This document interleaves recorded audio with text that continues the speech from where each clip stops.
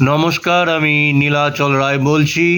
আজকে আমি আনন্দবাজার পত্রিকা থেকে একটি সংক্ষিপ্ত একটা প্রতিবেদন আমি বাংলা থেকে ইংরেজিতে ট্রান্সলেশন করছি। এখন ট্রান্সলেশন করার আগে আমি বলতে চাই, ট্রান্সলেশনকে কখনোই আক্ষরিক অনুবাদ করা উচিত না। ট্রান্সলেশন করতে গেলে যে ভাষায় ট্রান্সলেশন করব তার আগে ভাবটা বুঝে তারপরে আমি ট্রান্সলেশন করব। এখানে যেমন প্রথমে কি আছে, বুড়াগঞ্জ কালকুট সিংহ হাই স্কুলের উদ্যোগে শুরু হলো পুরনো সামগ্রী প্রদর্শনী। এখন যে কোনো সেন্টেন্স লেখার আগে আমাকে দেখতে হবে এখানে সাবজেক্ট কোনটা। এখন কাদের উদ্যোগে আরম্ভ হলো প্রদর্শনী? বুড়াগঞ্জ কালকুট সিংহ হাই স্কুলের উদ্যোগে। তাহলে আমাকে প্রথমে লিখতে হবে Buraganj, the Buraganj Kalkut high school recently held মানে অনুষ্ঠিত করেছিল অ্যান এক্সিবিশন মানে প্রদর্শনী।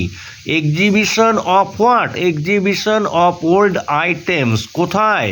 On their school ground. তাহলে আমরা দেখতে পারলাম যে বুড়াগঞ্জ কালকুট হাই স্কুলের উদ্যোগে তাদের মাঠে একটি পুরনো সামগ্রীর প্রদর্শনী আরম্ভ হয়েছিল এবং শেষও হয়ে গেছিল।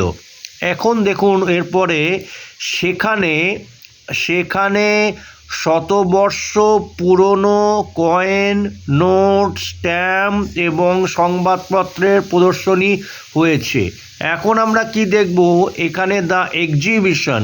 এখন দেখুন এখানে সাবজেক্ট কোনটা? এখানে সাবজেক্ট হচ্ছে প্রদর্শনী কিংবা এক্সিবিশন। তাহলে আমরা কি লিখব? দ্য এক্সিবিশন কি করেছিল? ফিচার্ড মানে প্রদর্শন করেছিল। কি প্রদর্শন করেছিল? A variety of items. কি items? Including 100 years old coin, note, stamps and news paper.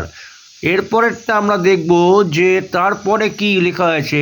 প্রধান শিক্ষক সুশান্ত কুমার পণ্ডিত জানিয়েছেন পড়ুয়াদের মধ্যে পুরনো সামগ্রী সঞ্চয়ে আগ্রহ দেখা দিয়েছে। এখানে সাবজেক্ট হচ্ছে প্রধান শিক্ষক। তাহলে আমরা প্রধান শিক্ষককে দিয়ে আরম্ভ করব। The headmaster Sushanta Kumar Pandit is pleased.